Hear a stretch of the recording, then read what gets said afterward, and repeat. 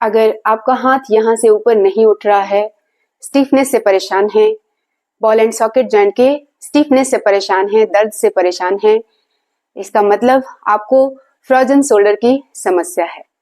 नमस्कार, मैं हूं मधुमिता और आप सभी का स्वागत है हमारे योग दर्पण चैनल में। आज के वीडियो में मैं आपके समक्ष कुछ पोस्चर्स, मुद्रा और एक्यूप्रेशर पॉइंट लेकर आई हूं, जिससे आपके फ्रोजन शोल्डर की समस्या जाती रहेगी। इसके पहले वाले वीडियो में मैंने बताया था 4 मुद्राओं को, जिन्हें आप 2 मंथ तक अभ्यास करें और उसके बाद योगासन करें, क्योंकि शुरू में बहुत ही मुश्किल होता है हाथ को उठाना। मैंने देखे हैं कई स्टूडेंट्स को जो यहाँ से ऊपर ही हाथ नहीं उठा पाते हैं। अगर ऑफलाइन क्लास है तो मैं तो वहां जाके आपको मदद करती हूँ, पर यहाँ ऑनलाइन क्लास है तो आप अपनी मदद खुद करें या अपने घर से किसी सदस्य का मदद ले सकते हैं। ब्रिक्स हुए, ये अगर नहीं हो घर में तो बेल्ट की जगह आप टॉवल को यूज कर सकते हैं और ब्रिक्स की जगह आप कुशन्स को यूज कर सकते हैं। तो सबसे पहले क्या करना है हमको, आप क्रॉस लेग पोज में बैठ जाएंगे और 2 कुशन को अपने गोद में रख लेंगे। सबसे पहले जानना होगा कि फ्रोजन शोल्डर की समस्या होती क्यों है। फ्रोजन शोल्डर की समस्या में आपके बॉल एंड सॉकेट जॉइंट का स्टिफनेस इस हद तक बढ़ जाता है कि आप इसे आगे पीछे ऊपर नीचे मूव नहीं कर पाते हैं। ये स्टिफनेस बढ़ने का एक कारण है डायबिटीज। अगर आप डायबिटिक हैं तो उस वजह से स्टिफनेस बढ़ता है, या आपके लाइफस्टाइल में एक्सरसाइज शामिल नहीं है, उस वजह से भी होता है। तो इन दोनों को ही आप पहले सुधारेंगे। आप अपने डाइट का ख्याल रखेंगे, अपने लाइफस्टाइल में मूवमेंट लाइए, एक्सरसाइज का कोई भी फॉर्म कीजिए। जरूरी नहीं कि आप योग ही कीजिए, लेकिन कीजिए, रनिंग कीजिए, वॉकिंग कीजिए, स्ट्रेचिंग कीजिए, जिससे आपके शरीर में खून का परिसंचरण जो है वो बढ़ा हुआ रहे और कहीं भी स्टिफनेस ना हो। तो आइए देखें पहले क्या करेंगे आप। रात को सोने से पहले अपने शोल्डर में ऑयलिंग करें। ऑयलिंग करना है, मसाज नहीं करना है। मतलब इसको दबा दबा कर ऐसे मसाज नहीं करना है। आप शीश में ऑयल को गर्म करेंगे, संभव हो तो उसमें थोड़ा कैम्फर डालें, कपूर डाल लें और फिर उसको यहाँ रब करते हुए सो जाएं, क्योंकि फ्रोजन शोल्डर में दर्द जो है संभवतः रात को ही बढ़ता है। इसको करके सोएंगे तो आप रात में आराम से सो पाएंगे और नींद की कमी से जो दर्द बढ़ा हुआ रहता है वो खत्म हो जाएगा। सुबह में उठने के साथ क्या करना है, सुबह में आप जैसे ही उठे आप थोड़ा एक्यूप्रेशर कर लें। ये जो पहली अंगुली है इसको कंधा माना जाता है, तो आपको इस पार्ट को रब करना है इस तरह से, थोड़ा प्रेस करते हुए, और फिर इसको हल्के हल्के दबाना है। ये जो उभार है वहां हल्के हल्के दबाना है, इसको भी दबाना है, और ये अंगुली का और इस अंगुली के चारों तरफ भी आपको रब करना है और फिर धीरे धीरे प्रेस करना है। ये मिडिल फिंगर का जो ये मिडिल पार्ट है, यहाँ भी आपको गोलाई में रब करते हुए इस तरह से पहले रब करें ऊपर नीचे, और फिर इसको गोलाई में प्रेस करें, और फिर आप यहां आएंगे। इस पार्ट को आपको रब करना है, इस तरह से आपको रब करना है और फिर इन्हें हल्के हल्के प्रेस करना है। कहते हैं ये अंगुलियों के बीच में जो ये फैलेंजेस के बीच में स्पेस जो होता है ना, ये पैरों की अंगुलियों में भी और हाथों में भी इस तरह से करने से ब्लड सर्कुलेशन भी बढ़ता है हमारे शरीर में।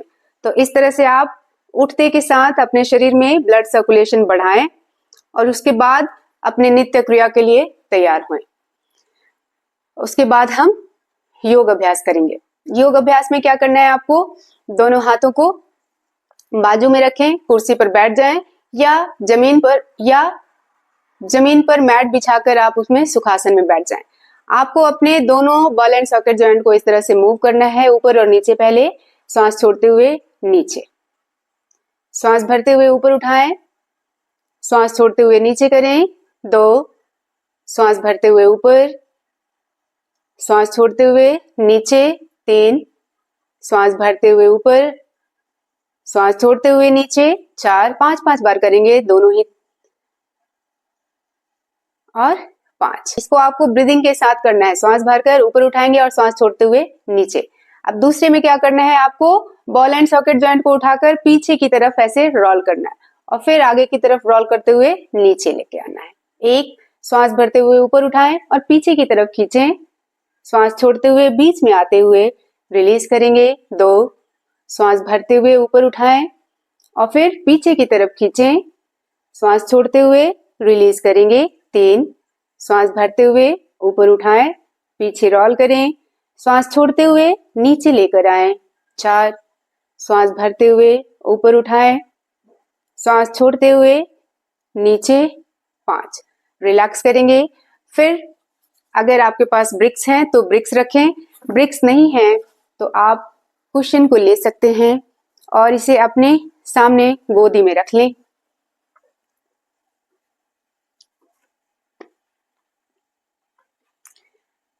आपको मुक्का बनाना है, फिस्ट बनाना है और ये देखिए बॉल एंड सॉकेट जॉइंट को पीछे की तरफ ऐसे खींचते हुए, कैसे खींचेंगे, अपनी कोहनियों को अपने साइड से लगाएंगे और इस पर अपने दोनों हाथ को रखेंगे, श्वास भरेंगे और इसे नीचे की तरफ प्रेस करेंगे, श्वास छोड़ते हुए रिलीज करेंगे। 5 बार करेंगे। श्वास भरिए और अपने फिस्ट को, मुक्के को ब्रिक्स या कुशन के अगेंस्ट में प्रेस कीजिए और श्वास छोड़ते हुए इसे रिलीज कीजिए, प्रेशर रिलीज कीजिए। 2, श्वास भरिए, श्वास छोड़िए। 3, श्वास भरिए,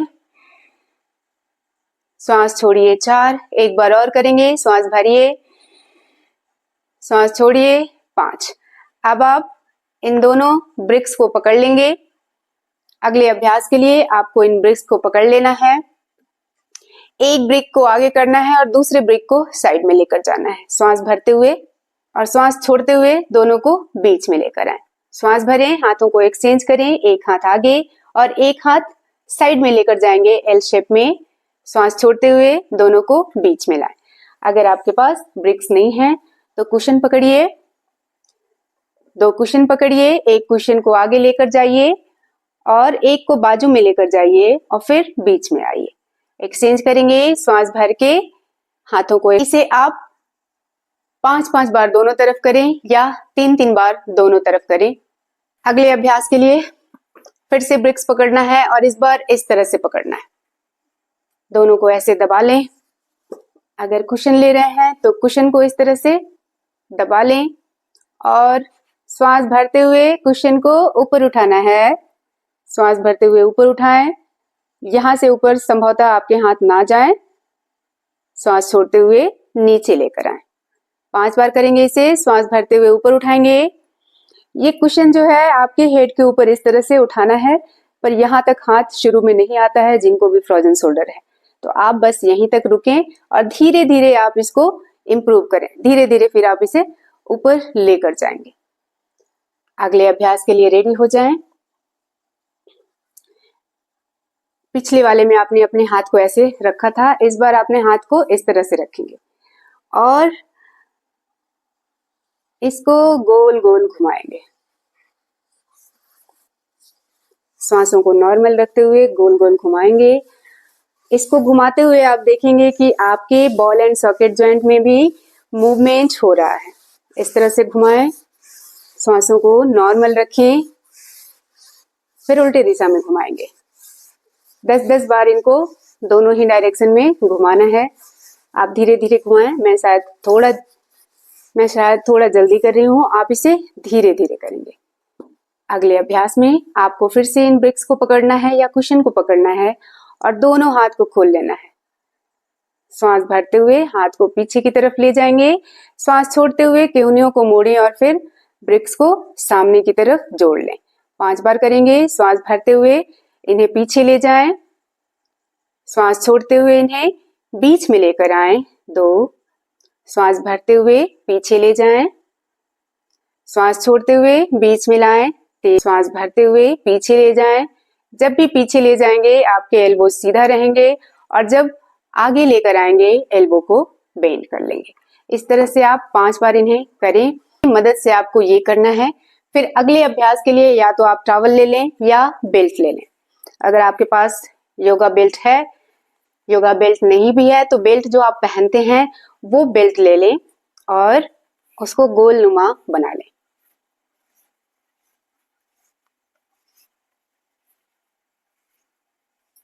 गोल नुमा बनाकर इसे आगे फैलाएंगे और बाहर की तरफ खींचेंगे। श्वास भरते हुए बाहर खींचिए, श्वास छोड़ते हुए रिलीज कीजिए। 5 बार करेंगे। श्वास भरते हुए बाहर खींचिए, श्वास छोड़ते हुए रिलीज कीजिए। 2, श्वास भरिए।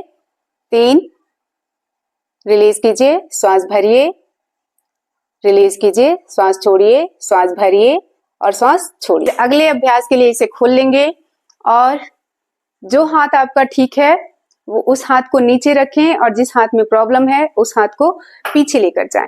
इस तरह से इसे पीछे से पकड़ें और इस तरफ से पकड़ें।